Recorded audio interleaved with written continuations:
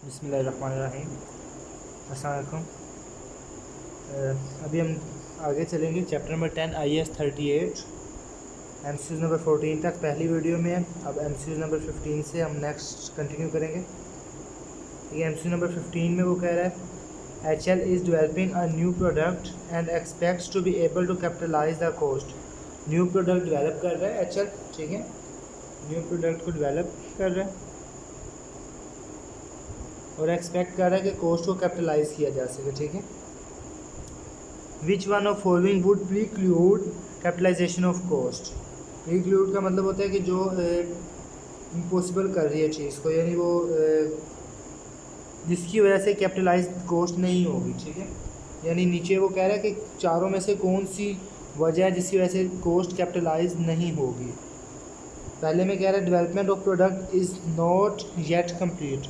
तो अगर development complete नहीं है तो फिर भी कॉस्ट कैपिटलाइज हो सकती है, जितनी कॉस्ट इनकर हो चुकी है वो कैपिटलाइज हो जाएगी। बी में कह रहा है no patent has yet been registered in respect of product. अभी तक कोई पेटेंट रजिस्टर्ड नहीं है तो फिर भी जारी सी बात है बाद में पेटेंट रजिस्टर्ड हो सकता है कंप्लीट उसके बनने के बाद, डेवलपमेंट के बाद, तो फिर भी हो सकता है कैपिटलाइज कॉस्ट। सी में कह रहा है no sale contract has been yet sign in relation to product. अभी तक कोई सेल कॉन्ट्रैक्ट भी नहीं, कोई साइन हुआ, तो ये बाद में भी हो सकता है, ठीक है। तो ये जो तीनों चीज़ें हैं ये कैपिटलाइजेशन ऑफ कॉस्ट को नहीं रोक रही, ठीक है। इनके मौजूदगी के बावजूद कॉस्ट कैपिटलाइज हो सकती है। डी में कह रहा है it has not been possible to reliably allocate cost to development of product. अब वो कह रहा है कॉस्ट को रिलायबली नहीं एलोकेट किया जा सकता। जब कोस्ट को रिलायबली एलोकेट नहीं किया जा सकता, उसको मेजर नहीं किया जा सकता, तो जाहिर सी बात है उसको डेवलपमेंट ऑफ प्रोडक्ट में ऐड भी नहीं किया जाएगा और कैपिटलाइज भी नहीं किया जाएगा कोस्ट को। तो ये हो जाएगा डी ऑप्शन 15 का।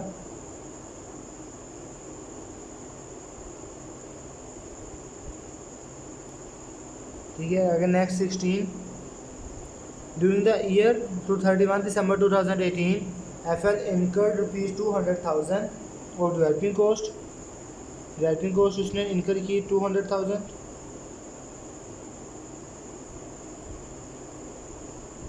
डेवलपमेंट को for new product. In addition FL spend 60,000 on 1 January 2018। या 1 जनवरी को कितने 60,000 on machinery specially use to help develop the new product. ये है मशीनरी में, ठीक है। ये डेवलपमेंट में ये कब इनकर किया है उसने 31 दिसंबर को, और ये इनकर उसने किया है 1 जनवरी को 2018, और ये भी 2018। आगे कह रहे हैं and ₹40,000 on building the brand identity. 40,000 किस में इनके किए हैं, बिल्डिंग ब्रांड आइडेंटिटी, ब्रांड के लिए। डेट यही थी इसमें भी। नेक्स्ट है commercial production is expected to start during 2019। The machinery is expected to last 4 years with no residual value. What value should be included within intangible assets in respect of above in FL statement of financial position. ठीक है, वो यानी in other words वो पूछ रहा है कि capitalisation of cost कितनी अमाउंट से होगी, ठीक है। तो जो डेवलपमेंट में उसने यूज़ किए हैं ये, ठीक है, जाहिर सी बात है ये डेवलपमेंट में लगे तो 200,000।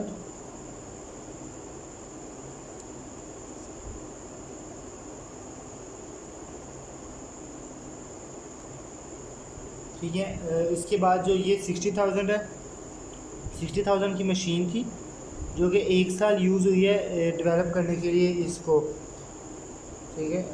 डेवलपमेंट कॉस्ट में 1 साल के लिए यूज़ हुई है और इसकी यूज़फुल लाइफ थी 4 साल, ठीक है। इसी वजह से 4 साल में से टोटल 1 साल का जो होगा उसको हम कैपिटलाइज कर देंगे इस जो न्यू एसिड बन रहा है उसकी कॉस्ट पे। तो ये हो जाएगा 15,000। और ये वैसे ही इंटरनल ये ब्रांड आइडेंटिटी के लिए, तो ये उसकी कॉस्ट पे कैपिटलाइज नहीं होगा। तो ये दोनों होंगे, आ जाएगा 2,15,000। ठीक हो गया। आगे MCQ नंबर 17 में कह रहा है a company had ₹20 million of capitalized development expenditure at cost brought forward at 1st October 2017 in respect of products currently in production and a new project began on the same date. ठीक है, यहाँ तक उसने बता दिया कि 20 million capitalise है, development expenditure में इसको रेस कर देते हैं।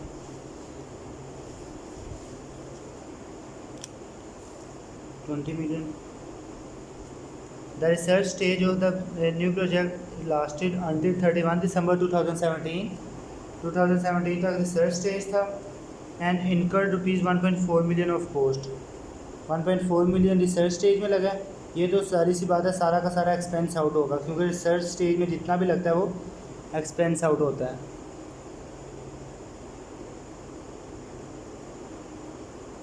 ठीक है, आगे कह रहा है from that date project incurred development cost of 800,000 per month. ठीक है, 800,000 पर मंथ कब से लेकर 31 दिसंबर के बाद से, यानी 1 जनवरी से। On 1 April 2018 the director became confident that the project would be successful. 1 अप्रैल को वो कॉन्फिडेंट थे कि प्रोजेक्ट सक्सेसफुल होगा, तो इसका मतलब 1 अप्रैल से हम डेवलपमेंट कॉस्ट को भी कैपिटलाइज कर सकते हैं। उससे पहले वाला एक्सपेंस आउट करना है। उससे पहले कितना आएगा? 800,000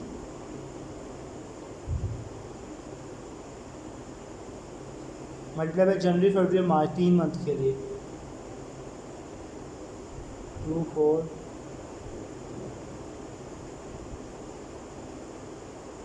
ये कितना है?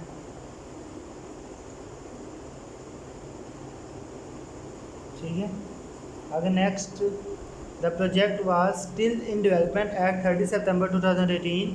Capitalised development expenditure is amortized at 20% per annum. Capitalised development expenditure जो है वो उसने क्या बता दिया कि 20% पर एनम पे अमोर्टाइज होता है। 20% पर एनम 1 साल का, तो ये हो जाएगा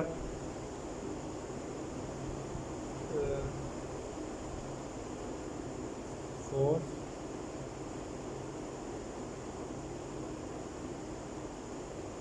हो गया। Next, what amount will be charged to profit or loss for the year 30 September 2019 in respect of research and development cost। ठीक है, वो पूछ रहा है कि 30 सितंबर 2018 को कितनी अमाउंट आएगी प्रॉफिट और लॉस में। ठीक है, यानी कितनी अमाउंट एक्सपेंस आउट होगी। तो एक्सपेंस आउट में 1.4 मिलियन ये है, 2.4 मिलियन ये आई है, और ये 4 मिलियन ये आई है। ये टोटल आ जाएगी 7.8 मिलियन। तो ये अमाउंट हो जाएगी एक्सपेंस आउट। ठीक है, 7.8 मिलियन एमसीक्यू नंबर 17 का। आगे MCQ number 18 at 30 September 2019 SL's trial balance showed a brand at a cost of 30 million का brand less accumulated amortisation brought forward at 1 October 2018 of ₹9 million. ठीक है, 9 million की amortisation आई है, एकमुलेटेड अमोर्टाइजेशन, और total cost कितने की आई थी? 30 मिलियन की। Amortisation is based on 10 year useful life.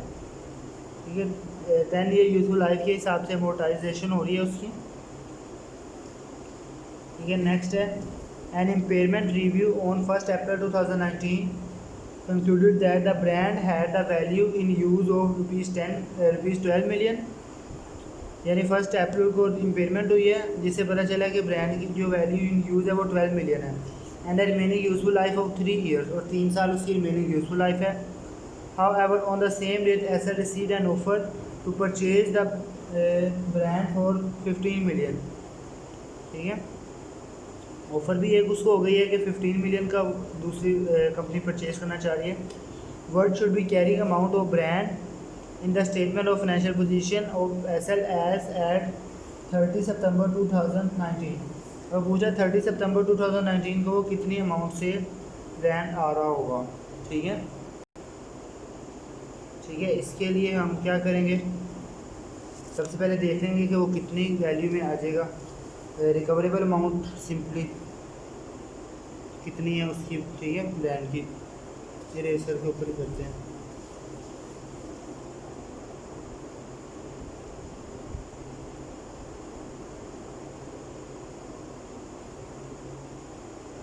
Recoverable amount जो है fair value minus cost of disposal. Fair value उसने बता दिया कि 15 मिलियन की ऑफर हो गई थी 1 अप्रैल को, ठीक है। 1 अप्रैल को ऑफर हुई थी कि 15 मिलियन की वो सेल कर सकता है, 15 मिलियन। और कॉस्ट ऑफ सेल यहाँ पे 0 है, ठीक है। कॉस्ट ऑफ सेल या कॉस्ट ऑफ डिस्पोजल, तो ये 15 मिलियन ही रिकवरेबल अमाउंट है 1 अप्रैल 2019 पे। अब इसके बाद जो 1 अप्रैल से लेके 30 सितंबर ईयर एंड जहाँ पे हो रहा है, जहाँ का उसने पूछा है, तब तक की जो डेप्रिसिएशन है वो माइनस करनी है। तो 15 टोटल कॉस्ट है, और उसने बताया ऊपर के यूजफुल लाइफ 3 साल रह गई है तब, ठीक है। 1 अप्रैल को यूजफुल लाइफ 3 साल रह गई है, 3 ईयर्स पे डेप्रिशिएट करेंगे। और 1 अप्रैल से लेके 30 सितंबर तक कितने मंथ हो रहे हैं? अप्रैल, मई, जून, जुलाई, अगस्त और सितंबर, 6 मंथ, 6 और 12। तो ये हो जाएगा 2.5 डेप्रिसिएशन। तो अब कितने से आ जाएगी कैरिंग अमाउंट ब्रांड की? क्या आ जाएगी? 12.5। ये कैरिंग अमाउंट ऑफ ब्रांड। यहाँ पर डेप्रिसिएशन या अमोर्टाइजेशन कुछ भी कह सकते हैं। आगे next million MC number 19 DL on. अब पहले हम रिक्वायरमेंट पढ़ लेते हैं। What amount will DL charge to profit और लॉस फॉर डेवलपमेंट कॉस्ट? क्या अमाउंट वो प्रॉफिट और लॉस में चार्ज करेगा, ठीक है, डेवलपमेंट कॉस्ट की, including any amortisation for the year ended 30 सितंबर 2014। यानी कितनी अमाउंट एक्सपेंस आउट हो जाएगी, ठीक है, इन सिंपल वर्ड्स। अच्छा, ऊपर से DL on a pharmaceutical business with the year end of 30 September 2014. DL commenced the development stage of new drug on 1st January 2014. 1 जनवरी 2014 को उसने न्यू डेवलपमेंट स्टेज स्टार्ट हो गई एक न्यू ड्रग की। Rupees 40,000 per month was incurred until project was completed on 30 June 2014. 30 जून 2014 को project complete हुआ है, तब तक हर मंथ 40,000 रुपीज़ इनकर हुए हैं। When the drug went into immediate production, the directors became confident of project success on 1st March 2014. ये 1 मार्च को जो है ना डायरेक्टर्स कॉन्फिडेंट थे कि प्रोजेक्ट सक्सेसफुल होगा। The drug has an estimated lifespan of 5 years and time apportionment is used by DL where applicable। ठीक हो गया। और इसमें उसने पूछा हुआ है कि कितनी अमाउंट प्रॉफिट एंड लॉस में जाएगी, ठीक है। तो इसमें सबसे पहले तो पहले 2 मंथ जब जनवरी और फरवरी, ठीक है, हर मंथ 40,000 लग रहे हैं उसके, हर मंथ 40,000 इनकर हो रहे हैं, ठीक है, 40,000। और जनवरी और मार्च में जो डायरेक्टर थे वो कॉन्फिडेंट हुए थे कि ये प्रोजेक्ट सक्सेसफुल होगा, तो मार्च से पहले जितने उसने इनकर किए हैं वो एक्सपेंस आउट करेंगे। जनवरी और फरवरी के इनकर किए हैं 2 मंथ्स के, इनको हम एक्सपेंस आउट करेंगे, ठीक है। इसके बाद जो उसकी अमोर्टाइजेशन आई है ड्रग की, ठीक है, उसको हमने एक्सपेंस आउट करना है। तो अमोर्टाइजेशन कैलकुलेट करने के लिए सबसे पहले कॉस्ट कैलकुलेट करनी पड़ेगी।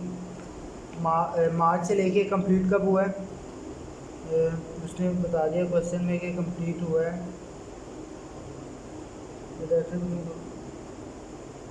वाज कंप्लीटेड ऑन 30 जून 2014, ठीक है। मार्च से लेकर जून तक जो अमाउंट आई है वो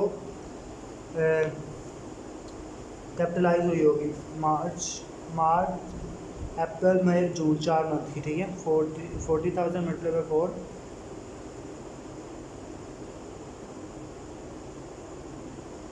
इतने का एसिड या ड्रग जो है कैपिटलाइज हुआ होगा 160,000। अब हमने अमोर्टाइजेशन कैलकुलेट करनी है। अमोर्टाइजेशन कैलकुलेट करने के लिए उसने यूजफुल लाइफ बता दिया 5 साल ड्रग की, ठीक है। और जुलाई से लेके सितंबर तक हम इसको अमोर्टाइज करेंगे, सितंबर क्योंकि ईयर एंड है, जुलाई, अगस्त और सितंबर 3 मंथ। यह जाएगा 8,000। जो टोटल एक्सपेंस आउट करेंगे प्रॉफिट और लॉस में लेके जाएंगे वो आ जाएगा 88,000, ठीक है। Next last MCQ number 20।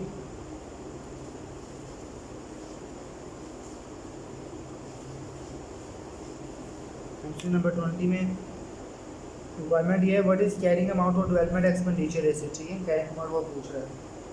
अच्छा क्वेश्चन पढ़ते हैं। AL carries out research and development in the year ended 30 June 2015। AL incurred total cost in relation to project rupees 750,000 उसने टोटल कॉस्ट इनकर कर दी।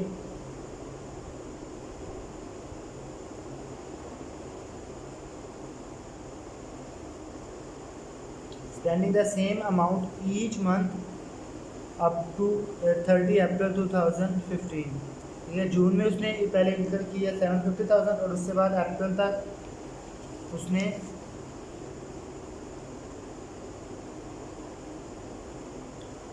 सॉरी टोटल उसने जून तक जो टोटल इनकर की है वो की है 750,000 और सेम अमाउंट करता रहा हर month up to 30 April 2015 then project was completed, ठीक है। The product developed by project went on sale from 31 May 2015। 31 मई को वो सेल में उसने सेल करना शुरू कर दिया, ठीक है, प्रोजेक्ट से जो भी आउटकम हुई है। The project had been confirmed as feasible on 1st January 2015। 1 जनवरी को पता चला कि ये जो प्रोजेक्ट है वो फिजिबल होगा, कंप्लीट हो सकेगा। And product produced by the project was expected to have a useful life of 5 years. जो भी प्रोडक्ट्स उससे बनेगी वो 5 ईयर्स, जो भी प्रोजेक्ट से बनेगी वो 5 ईयर्स की यूजफुल लाइफ होगी। What is the carrying amount of development expenditure asset as at 30 June 2015? अब वो कैरिंग अमाउंट पूछ रहा है डेवलपमेंट एक्सपेंडिचर एसेट की, ठीक है।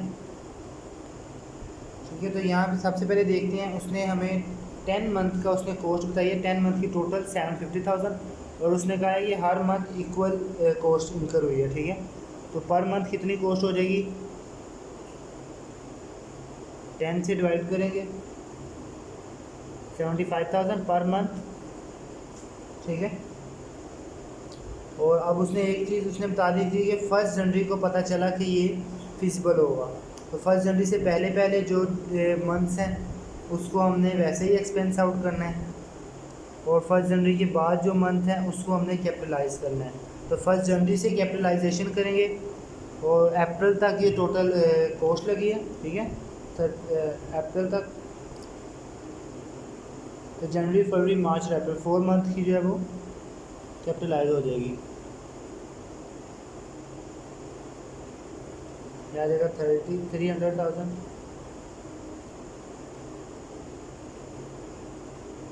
ठीक हो गया। इतने से वो एसेट जो प्रोडक्ट की प्रोजेक्ट से बनी वो कैपिटलाइज होगी, ठीक है। उसके बाद लेकिन अमोर्टाइजेशन भी हुई है क्योंकि जो प्रोडक्ट थी वो 30 जो जून का मंथ था उसकी इस पर अमोर्टाइजेशन भी हमने चार्ज करनी है, ठीक है।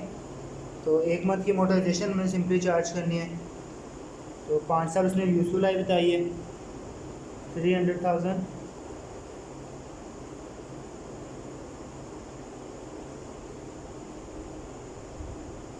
1 मंथ आगे 5,000,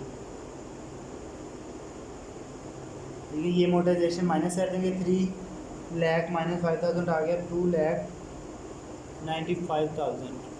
ये अब जो कैरिंग अमाउंट बची है वो आ जाएगी, ठीक है।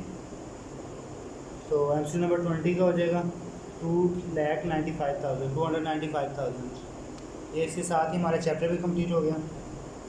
तो आई होप आप लोगों को समझ लगी होगी। अल्लाह हाफिज़।